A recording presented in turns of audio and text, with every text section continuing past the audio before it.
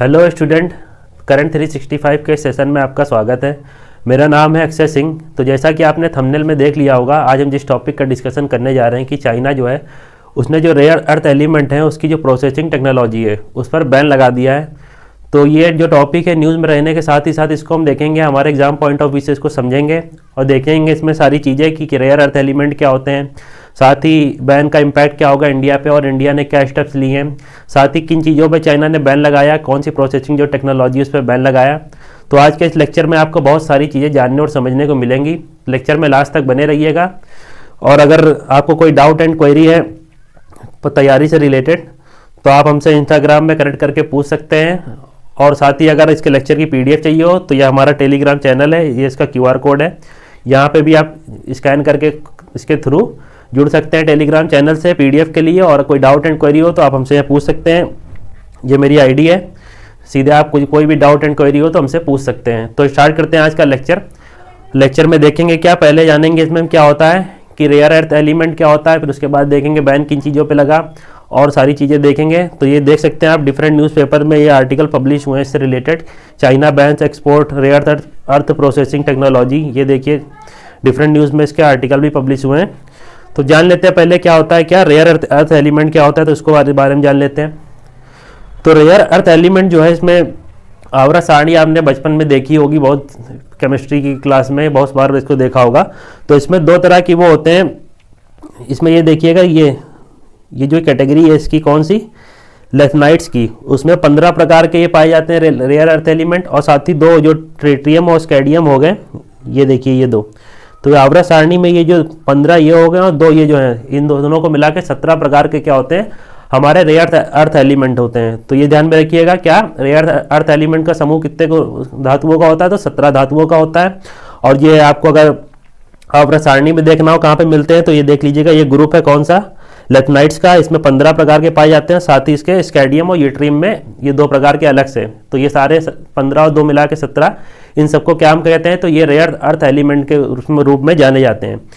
तो आगे बढ़ते हैं, इसमें देखते हैं। ये तो पहली बात, एक चीज़ और जान लीजिए, भू प्रॉपर्टी में हर प्रकार हर जगह पाए जाते हैं, लेकिन ये क्या होता है, एक जगह संकेंद्रित रूप में नहीं पाए जाते। मतलब ये पाए तो हर जगह जाते हैं लेकिन कंडेंस रूप में नहीं पाए जाते हैं। मतलब ये मान लीजिए ये अर्थ है तो कुछ ये अलग अलग जगह पाए जाएंगे, मिलेंगे तो हर जगह। भू प्रॉपर्टी जो होता है, क्रस्ट होता है हमारा, मिलेंगे ये हर जगह, लेकिन क्या होगा, एक जगह संकेंद्रित रूप में नहीं पाए जाते। इसलिए इनका एक्सकवेशन जो होता है, जो निकालना होता है, वो बहुत महंगा हो जाता है।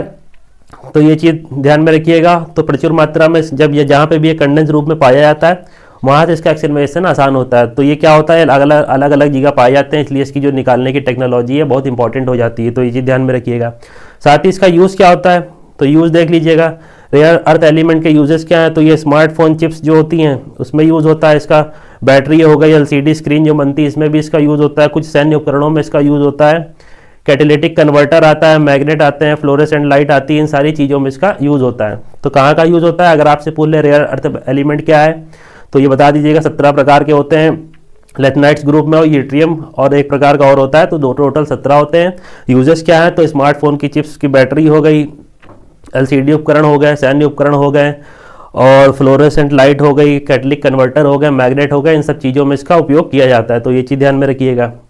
अब इससे जुड़ी कुछ चुनौतियाँ हैं, किससे, जो रेयर अर्थ एलिमेंट है हमारा, इससे कुछ जुड़ी चुनौतियाँ हैं। तो इसको देख लेते हैं। इसका खनन महंगा हो जाता है, क्योंकि क्या, ये एक जगह कंडेंस रूप में नहीं मिलता है, मतलब एक जगह संकेंद्रित रूप में नहीं मिलता है। इस चक्कर में इसका क्या, खनन महंगा हो जाता है और कठिन भी होता है। और यह खनन जो होता है इसका, ये पहली बात तो प्रदूषण का भी बहुत बड़ा कार्य करता है। इससे क्या, जल प्रदूषण बहुत होता है, रेडियो एक्टिव ऑक्सीजन जैसे आप पर्यावरणीय जो मुद्दे हैं उनको जन्म देता है। तो ये चीज़ ध्यान में रखिएगा। क्या, इसका खनन पहली बात तो बहुत मुश्किल से होता है, और जो होता भी है तो उससे क्या होता है कि पर्यावरण को बहुत तरह से नुकसान मिलते हैं।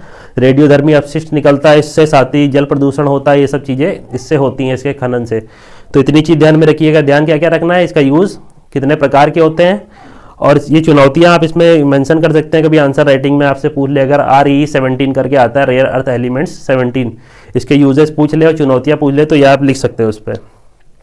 साथ ही जो अगर ग्लोबल स्केल पे देखें, जो पार्टनर ग्लोबल स्केल पे अगर इसका देखें तो 63% हिस्सेदारी केवल चाइना के थ्रू होती है। किसकी, 63% हिस्सेदारी किसकी है, चाइना की है रेयर अर्थ एलिमेंट में। तो ये चीज़ ध्यान में रखिएगा। खनन में जो विश्व में जितना भी खनन होता है उसमें 63% हिस्सेदारी चाइना की है।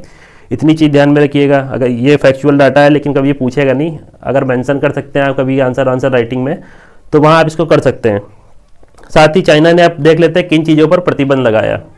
तो रेयर अर्थ एलिमेंट की जो प्रोसेसिंग टेक्नोलॉजी है उस पर चाइना ने बैन लगाया। तो देख लेते हैं किन चीज़ों पर लगाया। ये देखिए, दुर्लभ जो भू धातु हैं, रेयर अर्थ एलिमेंट जो हो गए, और मिश्र धातु जो सामग्रियाँ होती हैं उसके लिए जो प्रयुक्त टेक्नोलॉजी होती है या उत्पादन की जो तकनीक होती है उस पर बैन लगा दिया है। और जो भूचुंबक रेयर अर्थ मैग्नेट तैयार जो किए जाते हैं, रेयर अर्थ मैग्नेट तैयार करने के लिए प्रोसेसिंग टेक्नोलॉजी चाहिए होती है हमको, तो वो टेक्नोलॉजी पहले चाइना एक्सपोर्ट करता था। तो फिर क्या हुआ, तो चाइना ने उस पर भी प्रतिबंध लगा दिया है। तो ये चीज़ देखिएगा, जो रेयर अर्थ मैग्नेट तैयार किए जाते थे उसके लिए प्रोसेसिंग टेक्नोलॉजी चाहिए थी, उस पर भी बैन लगा दिया। साथ ही जो इनका जो उत्पादन होता है रेयर अर्थ एलिमेंट और मिक्स कुछ धातु जो सामग्रियाँ होती हैं उसके भी एक्सपोर्ट पर बैन लगा दिया, उसकी टेक्नोलॉजी पर, ना कि धातुओं पर। ये ध्यान पे रखिएगा, उसकी जो प्रोसेसिंग टेक्नोलॉजी उस पर बैन लगाया, ना कि धातुओं पर बैन लगाया। इतनी चीज़ ध्यान में रखिएगा। देखते हैं इंडिया ने क्या स्टेप लिए हैं। तो ये रेयर अर्थ एलिमेंट के लिए भारत ने जो कुछ उपाय किए हैं उसको देख लेते हैं। जैसे खनन मंत्रालय ने क्या किया, 33 खनिजों की एक सूची जारी की है।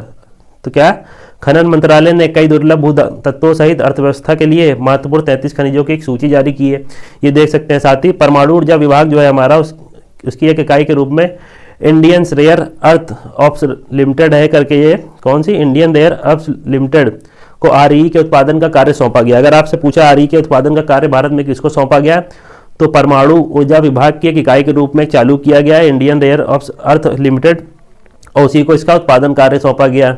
और भारत ने एक और काम किया है, जो मिनरल स्ट्रेटेजिक पार्टनरशिप है, एमएसपी जो लिखा है शॉर्ट फॉर्म में, खनिज सुरक्षा साझेदारी, तो उसका सदस्य बन गया भारत। इसके सदस्य बनने से क्या होगा, तो इसका उद्देश्य क्या है, जो खनिज सुरक्षा साझेदारी है अमेरिका के नेतृत्व वाली, उसका उद्देश्य यह है कि जो ये भी जितने भी खनिज होते हैं, आरई सहित खनिज जो है उनके महत्वपूर्ण की सप्लाई चेन को सार्वजनिक और निजी निवेश को प्रेरित करना। तो ये जो सप्लाई चेन है जितनी भी, जैसे किसी एक देश ने बैन लगा लिया, वैसे ग्लोबल लेवल पे 63% की जो भागीदारी है खनन की वो चाइना की है।